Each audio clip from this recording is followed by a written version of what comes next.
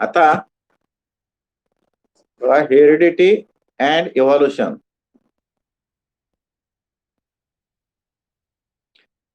Heredity and hereditary changes म्हणायचा अनुवंशिकता आणि अनुवंशिकीय बदल. नंतर दुसरा पॉइंट आहे बघा, हा पहिला पॉइंट. त्याच्यानंतर दुसरा point transcription, translation and translocation. Transcription, आता हे संकल्पना आपल्याला ह्या पुढच्या पॅराग्राफ मध्ये अभ्यासाच्या आहेत. ह्या दुसरा पॅराग्राफ जो आहे तो, हे पहिला हे दोन्हीचा आपण अभ्यास करूया. नंतर तिसरा पॉइंट आहे तो म्हणजे इव्हॉल्युशन. चौथा इव्हिडन्सेस ऑफ इव्हॉल्युशन, म्हणजे उत्क्रांतीचे पुरावे. इव्हॉल्युशन म्हणजे उत्क्रांती. Darwin's theory of natural selection, म्हणजे डार्विनचा नैसर्गिक निवडीचा सिद्धांत. आणि लॅमार्किझम म्हणजे लॅमार्कवाद. आणि स्पेशिएशन म्हणजे जाती उद्भव. आणि ह्युमन इव्हॉल्युशन म्हणजेच मानवी उत्क्रांती. असे 8 पॉइंट आहेत, ते आपल्याला अभ्यासायचे आहेत. आता त्यामधील कॅन यू रिकॉल, म्हणजे तुम्ही काही सांगू शकता का ह्याची माहिती? हा भाग पहिला आहे. थोडे आठवा, म्हणजे रिव्हिजन म्हणूनच इयत्ता 8वी 9वी मध्ये झालेलाच भाग जो आहे त्याच्यावर आधारित हा भाग आहे. There are 3 questions.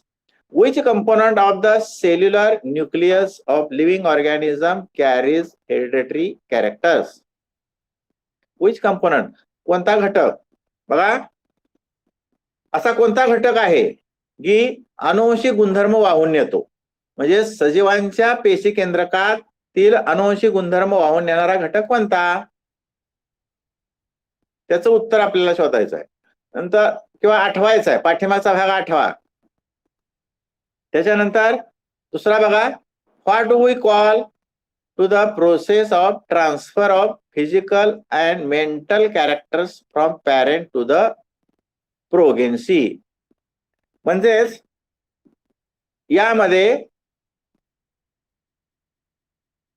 What do we call the process म्हणजे प्रक्रिया ऑफ ट्रान्सफर ऑफ फिजिकल, म्हणजेच माता पित्याकडील, बघा, आपल्या माता पित्याची शारीरिक आणि मानसिक, mental and physical and mental characters, म्हणजे शारीरिक आणि मानसिक लक्षणे फ्रॉम पॅरेंट्स, माता पित्याकडून त्यांच्या संततीमध्ये, त्यांच्या मुलांच्या मध्ये वाहून नेण्याची जी प्रक्रिया आहे त्याला काय म्हणतात? त्या प्रक्रियेलाच म्हणतात heredity. Heredity means, this is the definition of heredity.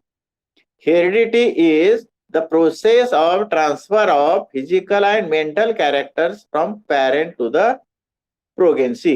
Progeny म्हणजेच चाइल्ड, म्हणजेच अपत्य, या म्हणजे heredity. which are the components of DNA molecule, म्हणजे डीएनए चा जो रेणू आहे हा कोणत्या घटकापासून बनलेला असतो? which are the components the DNA molecule, म्हणजे डीएनए मध्ये असणारे घटक कोणते, किंवा डीएनए कशापासून बनलेला आहे? तर डीएनए हा प्रथिनापासून बनलेला आहे. Proteins. DNA is made from proteins. Proteins are the components in the DNA molecule. अशा पद्धतीने आपल्याला यांची ही माहिती झाली. आता यातला first paragraph, we have to study heredity and hereditary changes. In this paragraph, we have to study the characters of heredity and history of heredity, how heredity occurs in this all animals. You know the heredity is the transfer of biological characters. This is the definition of heredity. You know that heredity is the transfer. Heredity and hereditary changes. Heredity is the transfer of biological characters from one generation to another via genes. म्हणजेच याच्यामध्ये genes means जनुके. Genes is the small particle in the DNA and in chromosomes in living organism, म्हणजे सजीवामध्ये असणारा जनुकीय घटक वाहून नेणारा लहानाचा घटक त्याला आपण जनुकीय घटक म्हणजे गुणसूत्र म्हणतात. गुणसूत्रामध्ये ही जनुके असतात. म्हणजे हे जे गुणधर्म आहेत हे एका पिढीकडून दुसऱ्या पिढीकडे वाहून नेण्याचं काम, म्हणजे जैविक लक्षणं जे असतात एका पिढीमध्ये किंवा मागच्या पिढीमध्ये असणारी जैविक लक्षणं पुढच्या पिढीकडे वाहून नेणारे जी प्रक्रिया आहे या प्रक्रियेलाच हेरिडिटी म्हणतात. हेरिडिटी मीन्स अनुवंशिकता.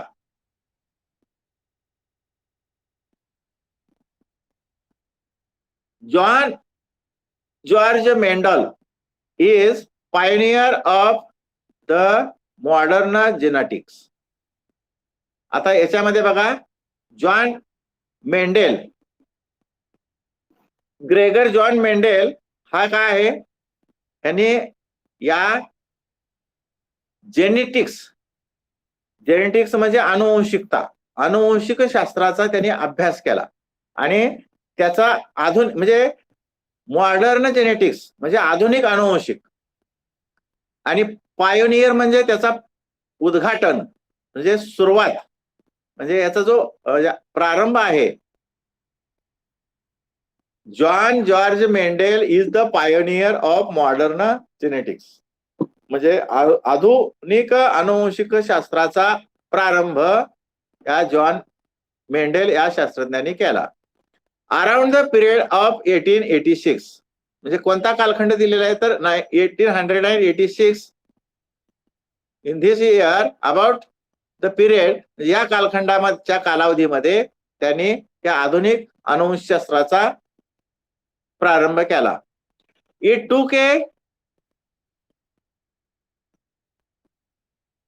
Long time for him to understand the conclusion of his research about heredity.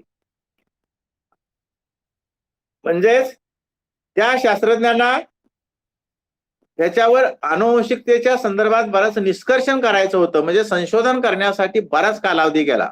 म्हणजे त्यांनी सुरुवात केली, साधारणपणे केव्हा सुरुवात केली तर 1886 ला सुरुवात केली, आणि त्यानंतर त्यांच्यावर रिसर्च बऱ्याच मोठ्या प्रमाणात केलेला आहे. It took a long time for him to understand the conclusion of his research. म्हणजे त्यांनी बराच कालावधी घेतला त्याच्यावर संशोधन करण्यासाठी. For him to understand the conclusion for his research about heredity, म्हणजे अनुवंशिकतेच्या संदर्भामध्ये अनुवंशिकतेबद्दलचे निष्कर्ष काढण्यासाठी त्यांनी बराच कालावधी घेतला. त्याच्यानंतर इन 1901